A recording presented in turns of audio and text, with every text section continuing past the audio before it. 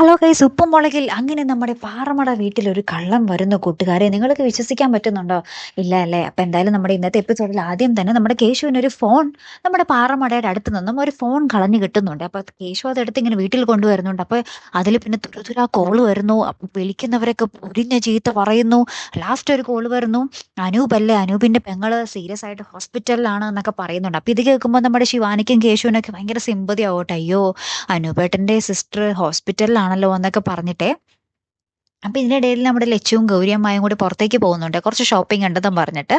അപ്പൊ അവരങ്ങനെ പോകുന്നുണ്ട്. പിന്നീട് എന്താ പറയാ സംഭവിക്കുന്നത്, ലാസ്റ്റ് നമ്മുടെ അനൂപ് വിളിക്കുന്നുണ്ട് ഈ ഫോണിലേക്ക്. അപ്പൊ പറയും, ഇത് എന്റെ ഫോണാണ്, ഞാൻ ഇപ്പൊ തന്നെ വീട്ടിലേക്ക് വരാം എന്നും പറഞ്ഞ് നമ്മുടെ അനൂപ് ഫോൺ മേടിക്കാൻ നമ്മുടെ പാറമട വീട്ടിലേക്ക് വരുന്നുണ്ടേ.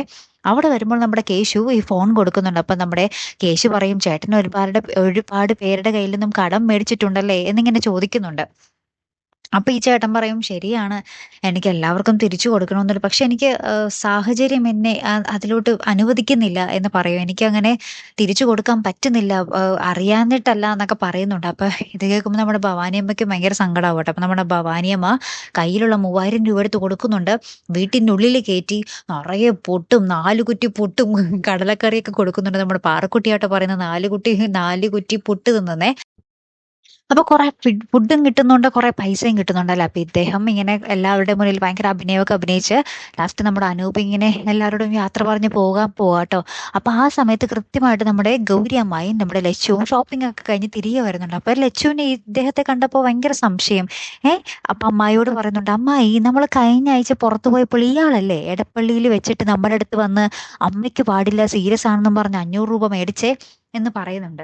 അപ്പൊ ഇയാൾ ഇവിടെ വന്ന് പറഞ്ഞിരിക്കുന്നത്, എനിക്ക് അമ്മയച്ഛനില്ല, ആകെപ്പാടൊരു പെങ്ങളുള്ളൂ എന്നാണ്. അപ്പൊ തന്നെ കഥ ഏകദേശം പൊളിഞ്ഞിട്ടാ. അപ്പൊ കേശുവിന് മനസ്സിലായി എന്തോ പന്തികേടുണ്ടെന്ന്. കേശു വേഗം തന്നെ അനൂപിന്റെ കൈ പിടിച്ചിങ്ങനെ പിടിച്ചു വെക്കുന്നുണ്ടേ, ഓടിപ്പോകാതിരിക്കാൻ വേണ്ടി. പിന്നീടാണ് കഥകളൊക്കെ ഇങ്ങനെ അഴിയുന്നത്. ശരിക്കും പറഞ്ഞാൽ ഈ അനൂപ് പെരും കള്ളനായിരുന്നു. അങ്ങനെ അനൂപ് സ്വയമേ ഫോൺ അവിടെ കൊണ്ടുപോയിട്ടതാണ്. അനൂപ് തന്നെയാണ് അത്രയും കോളുകൾ ചെയ്ത് ചീത്ത വിളിച്ചുകൊണ്ടിരുന്നേച്ചതും എല്ലാം അനൂപ് തന്നെയാണ്. അനൂപിന്റെ ഒരു മാസ്റ്റർ പ്ലാൻ ആയിരുന്നു നമ്മുടെ കേശുവിനെയും പാറമട കുടുംബത്തെ മൊത്തം ആ ഒരു സെന്റിമെന്റ്സിൽ വീഴ്ത്തി അവിടെ നിന്നും മാക്സിമം പൈസ പിഴിയുക എന്നതായിരുന്നു നമ്മുടെ അനൂപിന്റെ ലക്ഷ്യം. അതിൽ നമ്മുടെ ഭവാനിയമ്മ നൈസായിട്ട് വീഴുകയും ചെയ്തു. പക്ഷെ ഏറ്റവും ഒടുവിൽ ഇവരിങ്ങനെ പറയുമ്പോൾ നമ്മുടെ കേശു പോക്കറ്റിൽ നിന്ന് ആ 3000 രൂപ എടുത്തിട്ടാട്ടോ വിടുന്നത്. അയാൾ ലാസ്റ്റ് ഓടി പോകുന്നുണ്ടേ. അങ്ങനത്തെ കഥയാട്ടോ. അപ്പൊ എന്തായാലും നമുക്ക് നോക്കാം അല്ലേ. അങ്ങനെ നമ്മുടെ പാറമട വീട്ടിലും ഒരു പെരും കള്ളം കേറി അല്ലേ കൂട്ടുകാരെ. കാത്തിരുന്ന് തന്നെ കാണാട്ടോ. അടുത്തൊരു വീഡിയോ വരുന്നത് വരയ്ക്കും ഗുഡ് ബൈ.